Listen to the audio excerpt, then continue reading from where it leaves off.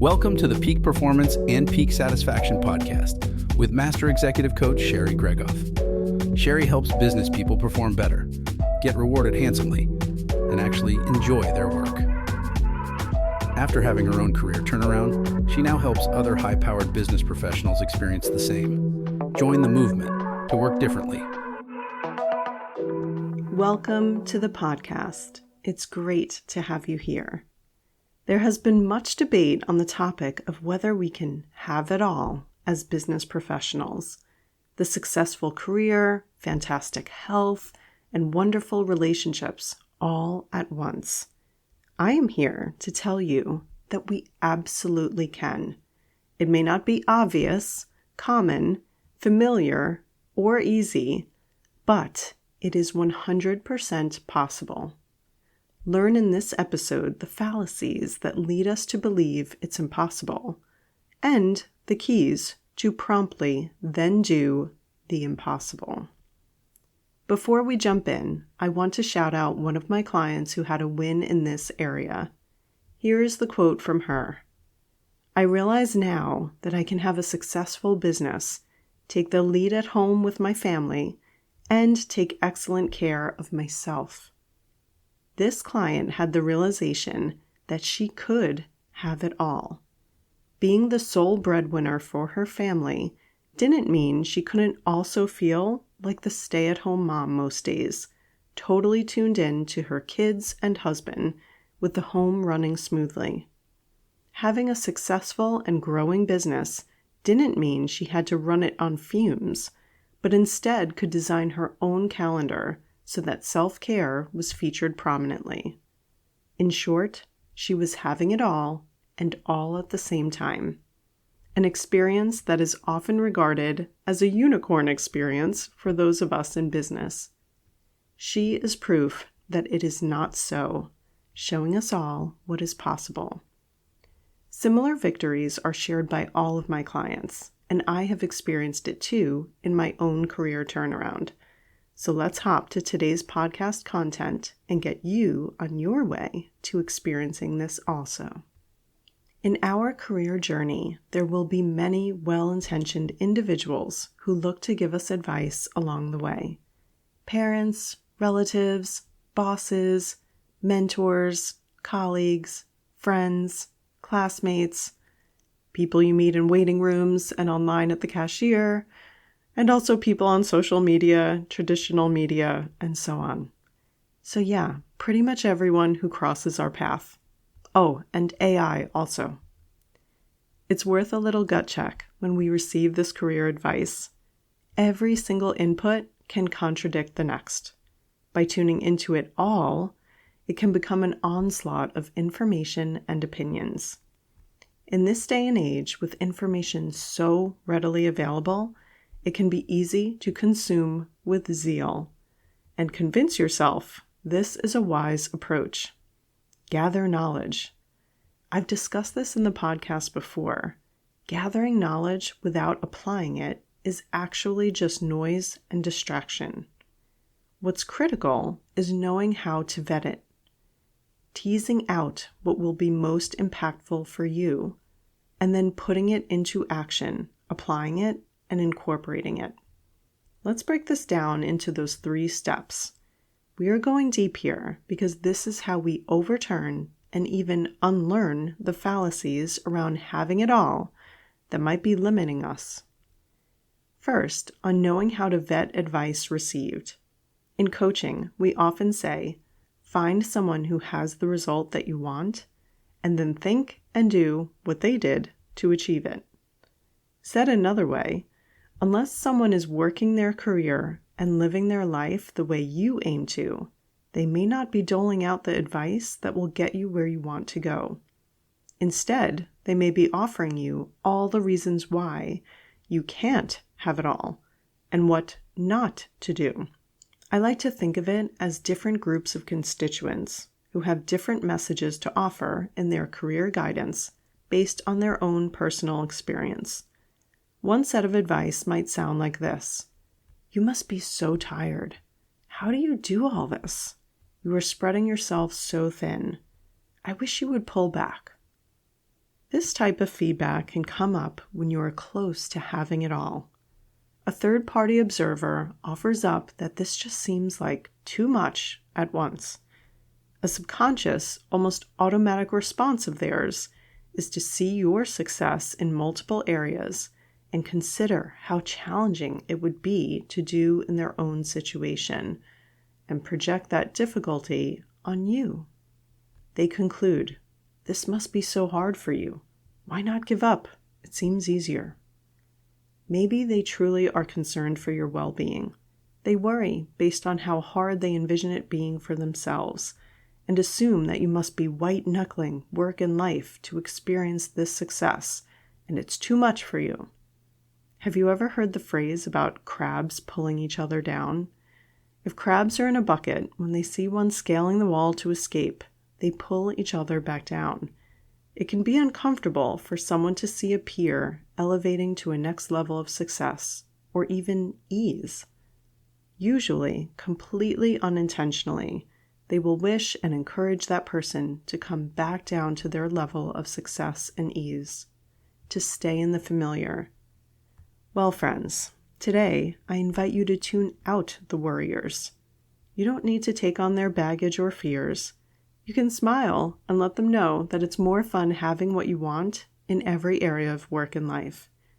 You can maintain your perspective on going for what you want and making it happen with ease, while making it sustainable for the long term. Another set of advice might sound like this. No one gets to have it all. You have to phone it in at least one area of your life.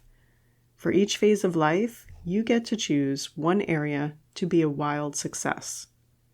Maybe before you find your partner, you focus on career. Once married, you focus on the marriage. Once you have children, focus on the children. Once your health gives way, focus on that. And should you get greedy and aim for wild success in more than one area at once, that zero-sum game will come into effect and another area will suffer as a result. So if your work takes off, your marriage will suffer and your health will plummet. If you focus on your kids, you have to opt out of the career development that you want and run your health ragged. There have been countless books and articles saying the same.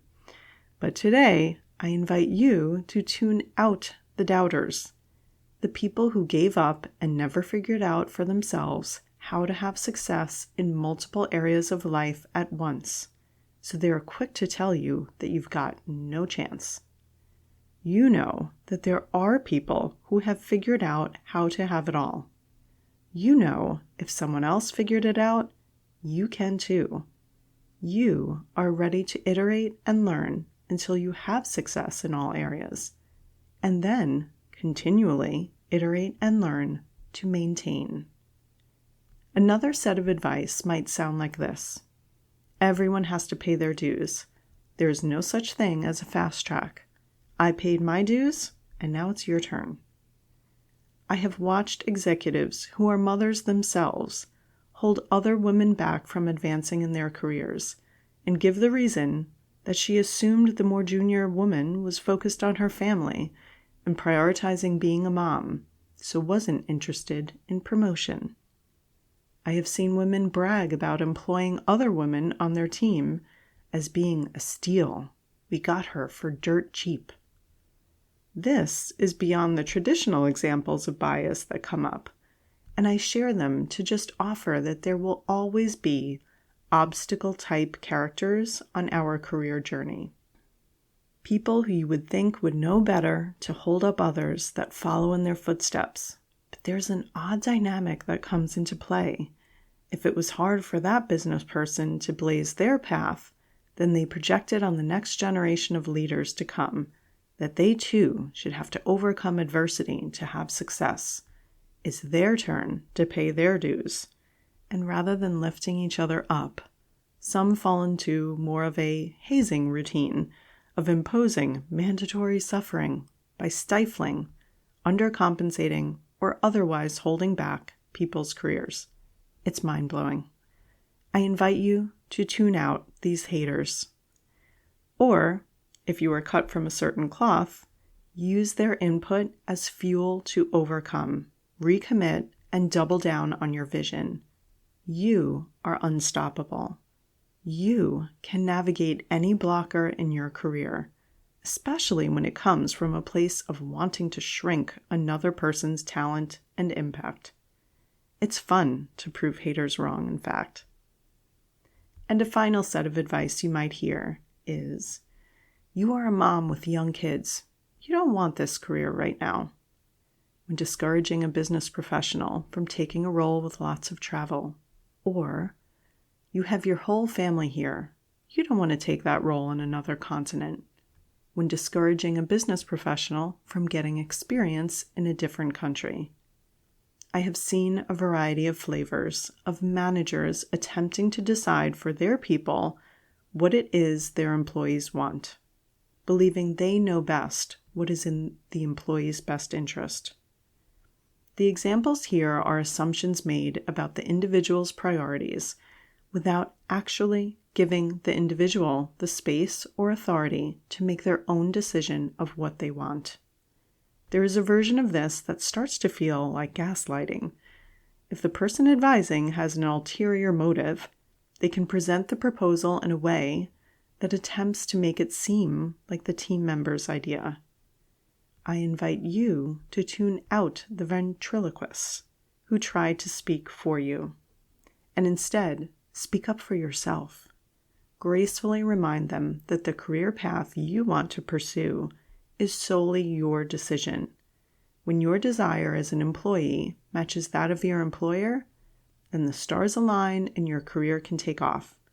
If not, that's helpful information too. But you will never know unless you speak up and share your career goals.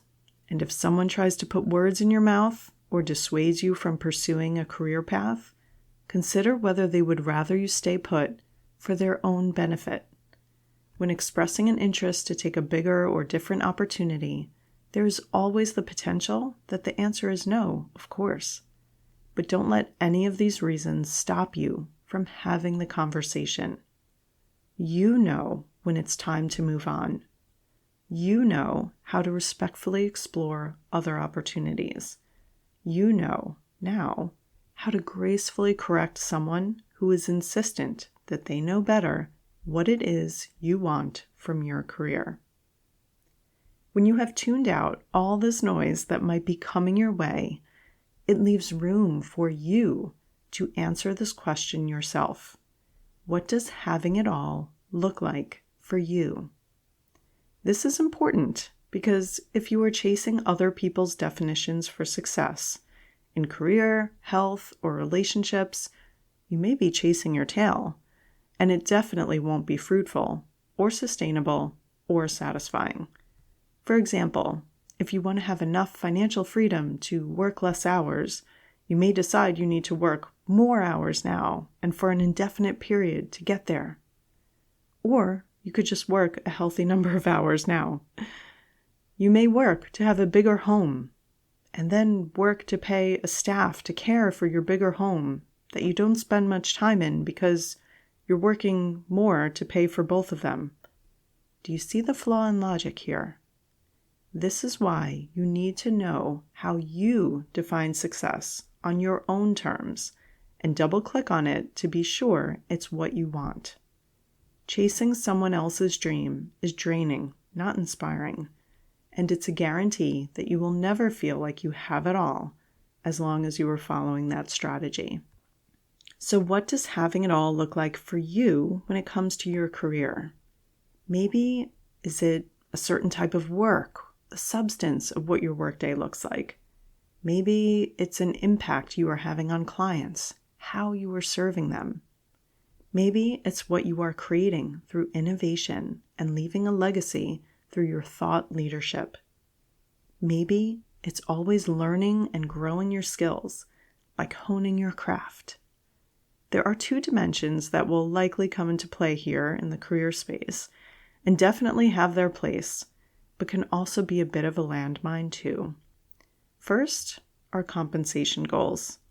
These can be tricky in that we can easily fall into never thinking it's enough. I'll be happy when I earn X. But when that time comes, the goalpost just moves out again. Knowing this dynamic, just take care to not get caught on a hamster wheel of chasing money. Often at the root here, we are chasing a feeling of safety or security, and more isn't always the answer. It's finding that peace right now with what you've got. Not so that you never aim for more comp, but that it doesn't become an unhealthy, desperate need or an all-consuming focus. Second are corporate titles. This too is often a moving goalpost. When you get the one you're aiming for, you may not fully enjoy it because the race just begins for the next one to follow. Often at the root here, we are looking for validation of our skills and impact, sure.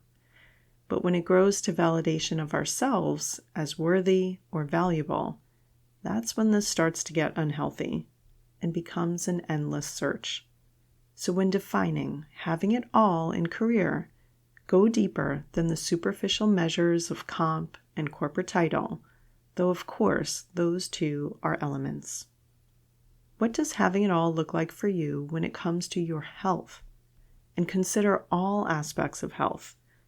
In our culture, it's common to train and invest countless hours to run a marathon at your personal best, or to score that six-pack. But also common to suffer without emotional wellness, feeling stressed out or down on most days. In my book, there's no physical fitness feat that is more impactful than improving our emotional wellness. So when we talk health, think of all dimensions. For me, I think it's threefold: emotional, physical, and spiritual health. Our spirituality is another important and overlooked element. It often comes up in my coaching as either a hollowness or disconnectedness from what's really important or meaningful. If that feels like a stone you have not yet fully turned over, or an area that you have let fade, explore what role your faith plays in you having it all. For many, it is an anchor or a rudder even that guides everything else and supersedes everything else.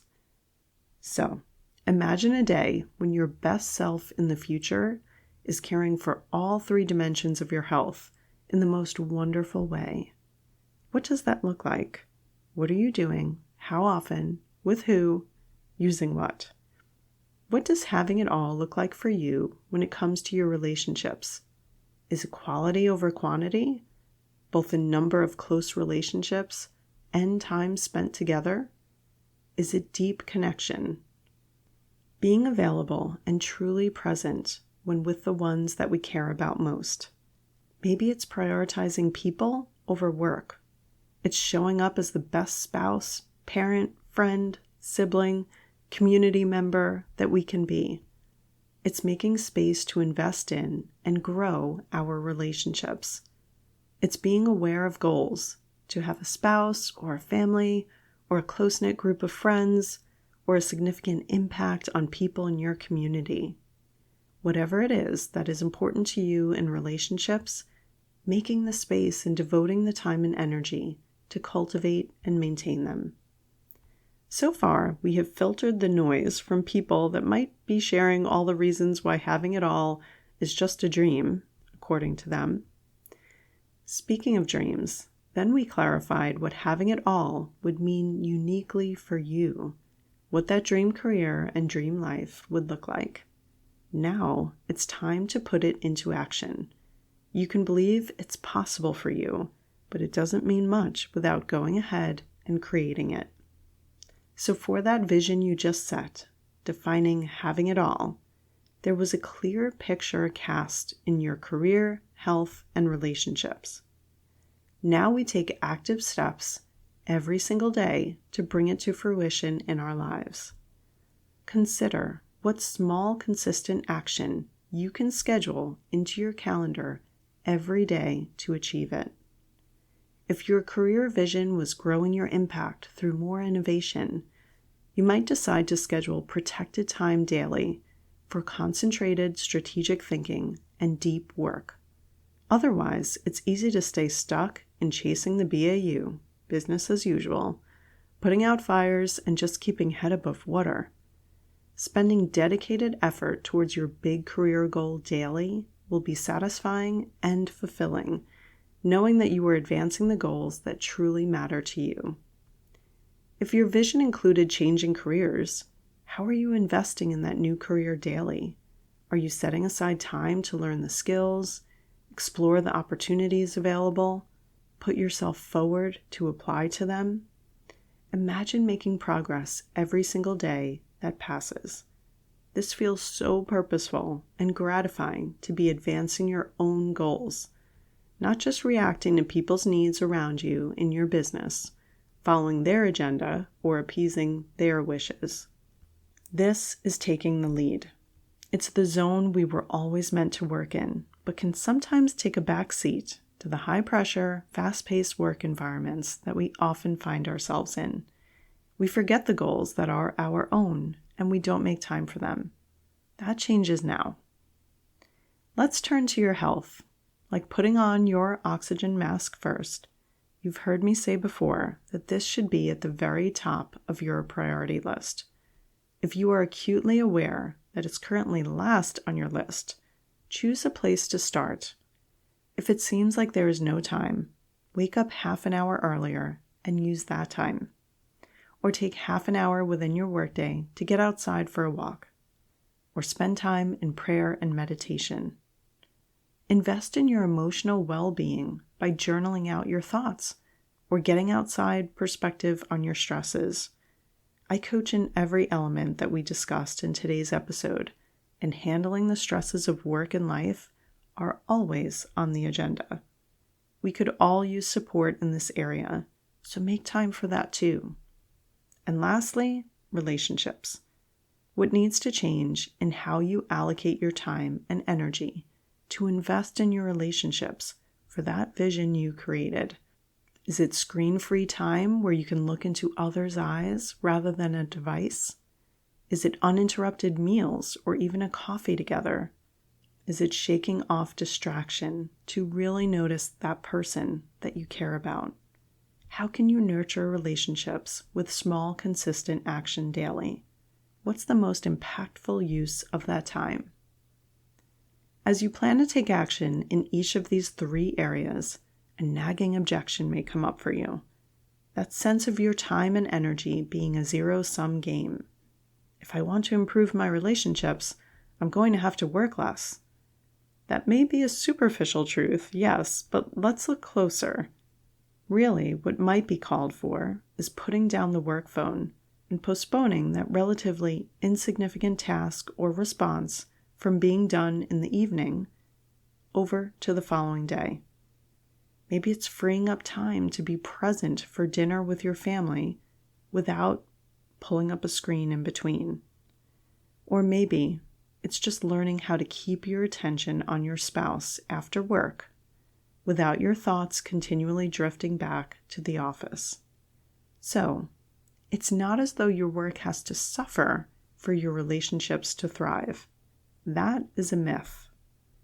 Whenever our brains offer up to us that one area has to give for us to excel in another area, we can remember it's simply not true. One way to prove this to yourself is to consider cross-domain wins. I learned this from a brilliant professor when getting my MBA, and it blew my mind. Consider what activities contribute to success in more than one area of life. So we expend 1 ounce of energy, 1 period of time, and we reap benefits across career, health, and relationships, or some combination of the 3. Here is an example. As successful business professionals, our calendars are often filled with consecutive meetings. Imagine carving out a half hour during the workday of protected time during which you head outside for a walk. Your health improves as you step away from a desk and get fresh air, movement, and even some cardio. Your emotional well-being improves by stepping away from the fast-paced multitasking that rules the rest of the workday. Your career gets a boost because in that time, just walking, some of your best ideas come to you. You've made space for the solution to that nerve-wracking business problem to percolate in your mind. You start seeing things with a different perspective on your work, and your creativity really starts flowing. So when you walk back into the office, you are refreshed and bursting with solutions. Your relationships improve, maybe because you meet a friend for a walk sometimes, or a colleague, or maybe you call that person on the walk that you've been wanting to check in on, or maybe taking that walk alone for yourself refreshed you such that at the end of the workday, you show up in a better state for your family at home. Having filled your cup midday, you are better able to weather the ups and downs of the workday, to come home ready to connect and plug into them. This is just a single, simple example, but there are countless ones to be discovered. It all starts with believing that we can have it all. It's time for you to get out there and take some action, to intentionally design your day to make that having it all vision a reality starting right now. You can do this. If you could use more evidence that this is possible for all of us, read some of my clients' stories at the link in the show notes. If they can do it, so can you. Go for it and have fun doing it. That's the whole idea after all, isn't it? Until next time.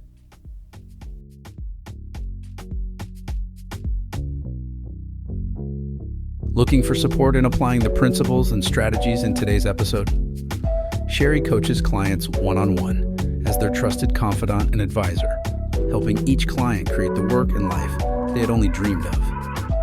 To schedule your complimentary career strategy session, go to sherrygregoff.com/apply to book time with her today. It's one simple step that can change everything.